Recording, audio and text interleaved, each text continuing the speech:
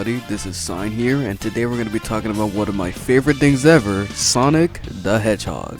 Now, this year for Sonic so far has been really amazing. We've had nothing but news on top of news on top of news. I mean, the beginning of the year started off with the discovery of a Sonic the Hedgehog 1 prototype. The stars are aligning here. Then we got a little teaser logo for Sonic Movie 2, which looks really good. And then we got this weird leak about a German development dub website talking about how Sonic Colors is in its future projects, whatever that could mean.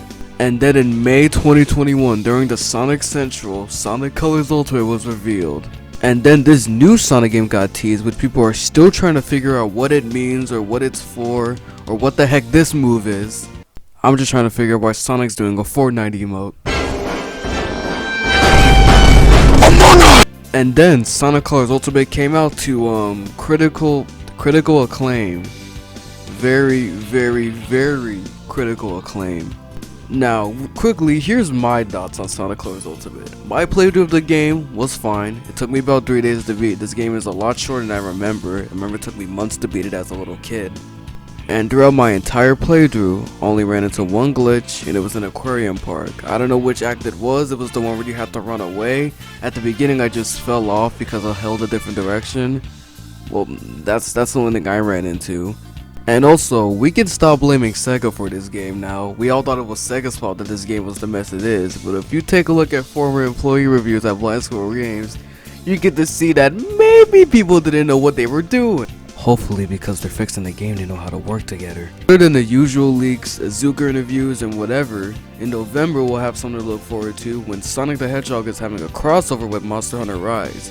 Now, what's that gonna look like? We're gonna have to wait for November to see, but I hope that we get to see Sonic with Calamari again. I will 100% get Monster Hunter Rise. But now that the news recap is finished, it's time for the main point of this video. In this video, I'm going to be talking about 4 main things that are going to be happening to Sonic next year, which is Sonic Origins, Sonic Movie 2, Sonic Prime, and Sonic Rangers. I'm saving Sonic Rangers for last because everybody is on about Sonic Rangers. I want to talk about the other things other than just the next big Sonic game. And I'm 100% certain that by next year, Sonic's going to succeed no matter if Rangers sucks or not. I mean, that's kind of a no-brainer, but let me go into detail. Let's start with Sonic Prime because it has the least amount of news so far. From what we've heard, Sonic Prime is going to be made by the Man of Action, the same person behind Ben 10. I think he was actually behind the Mega Man Fully Charged TV show. Now, what are my thoughts on Sonic Prime? It's alright, I just hope it's good. If you exclude Sonic Underground, because that stuff was whack, Sonic has had nothing but flawless TV shows. We had Adventures of Sonic the Hedgehog, which was basically Looney Tunes. Then we had Sonic Sat AM, which is infamous for Sally Acorn and its much darker tone compared to its Looney Tune successor. And then Underground happened. After that was Sonic X, which went on for 3 seasons in America. Turns out Japan wouldn't get its 3rd season until recently, because Sonic X surprisingly wasn't that popular in Japan, but it was mega popular in the US, to the point where the US got its own season. Other than Chris being there for the plot, I thought the show was pretty good. And then our most recent show was Sonic Boom, a show that has no right to be this good. This was around the same time that Pac-Man and the Ghostly Adventures was airing on TV, and that show was mid. This was the era where classic video game characters were trying to find their footing in like modern kids television or something. And Sonic Boom succeeded where Pac-Man and the Ghostly Adventures failed. The show is obviously for kids, but it has some jokes that only true Sonic fans will get and understand. The show's very self-aware that this is a mess. That's why the show lasted longer than the Sonic Boom game branding itself. Do I think Sonic Prime is going to be good? I mean, yeah, it's going to be something for kids and something for the adults to enjoy. That's from what they say. But then again, everything I'm literally about to say what I have for this show is going to apply the same to the second Sonic movie. I wanted to put these two in the same topic because they're both in that film, movie, and TV type genre. I remember when Sonic Movie 1 was officially revealed and I was going to see the movie regardless of how terrible Sonic looked. I just wanted to see how bad it could possibly be. And then the redesign happened and I was like, alright, that's cool and all, but is this movie gonna suck? And I walked out of the theater with my family feeling way wrong, because this movie was way better than I thought it was going to be. The first good video game movie. I know Detective Pikachu exists, but I wasn't really huge on Detective Pikachu. Sorry, Detective Pikachu fans. But everything I'll say about Sonic Movie 2 and my hopes for that is gonna apply to Sonic Prime, since they're going for that same type of do stuff for the fans and do stuff for new people type beat. I expect like a kid story that's gonna be not only just good for the kids, but good for people who just want to see something related to Sonic. Old video game writers don't get that there's more characters other than Sonic. Clearly Sonic Movie 2 has Sonic, Tails, and Knuckles, and so there's gonna be something for not only the new fans, but for kids as well. And clearly they knew that when writing Sonic Boom, and clearly they knew that when they were writing Sonic Movie 1. So for Sonic Movie 2 and Sonic Prime, they gotta follow this same philosophy if you want to have a good show and a good movie. But now that that's done, let's talk about the games. Let's start with Sonic Origins, because unlike Sonic Rangers or Sonic 2022 or whatever it's called, we actually have an idea of what this game is going to look like. The collection is Sonic the Hedgehog 1, Sonic the Hedgehog 2, Sonic 3 and Knuckles, and Sonic CD, my personal favorite. Now, unless you're not a Sonic fan, I know what you're probably thinking. It's just another janky Sonic collection or whatever. That's when you miss one major detail. You realize that Sonic 3 is getting re-released. The last time Sonic 3 was ever re-released in 2011. Why did it take so long for this game to get re-released again? It's because Michael Jackson and Brad Bucks had something to do with Sonic 3's original soundtrack, and that's why the game couldn't be re-released.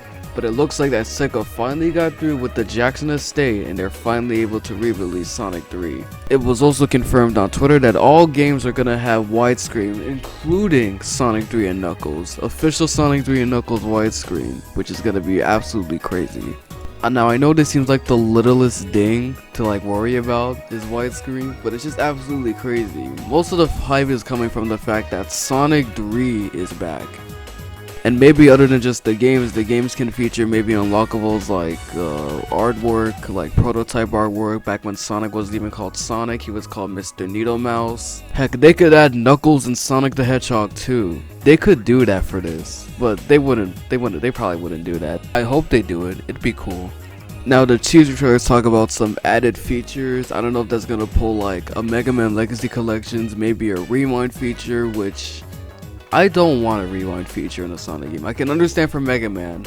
Mega Man's hard. A rewind feature for Sonic? What are you gonna do? Run backwards?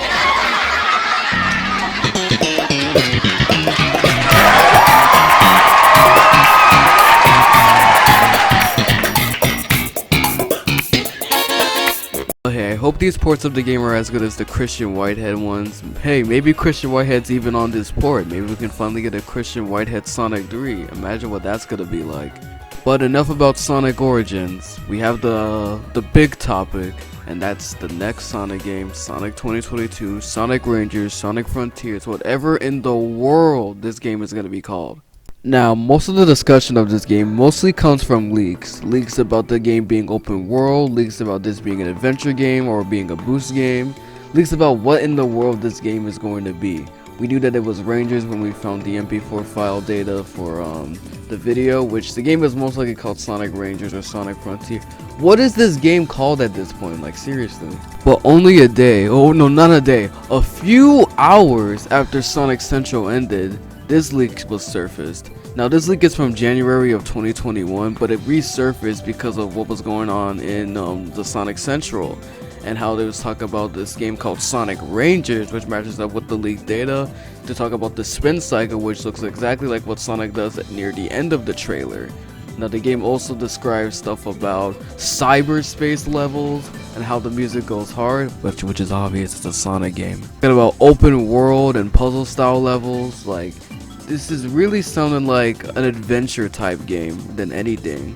Now, am I more leaning towards the adventure style or the boost style when it comes to this game?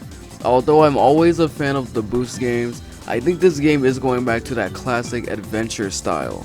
What we know is true is this open world stuff, because Izuka has said in multiple interviews that he and his team were looking into what open world could be like for Sonic. We're also talking about battle royale stuff. Now I know Sonic is lacking multiplayer stuff most of the time, but a battle royale would probably be the silliest thing ever. How would it work would be beyond me. But here is my theory of what Sonic Rangers is probably going to be like. It's definitely going to be an adventure style game, and like, they'll probably have some type of boost game elements. They want to try to make everybody happy here. All the fans of the boost, all fans of the adventure style. But maybe the boost elements will come with this spin cycle thing.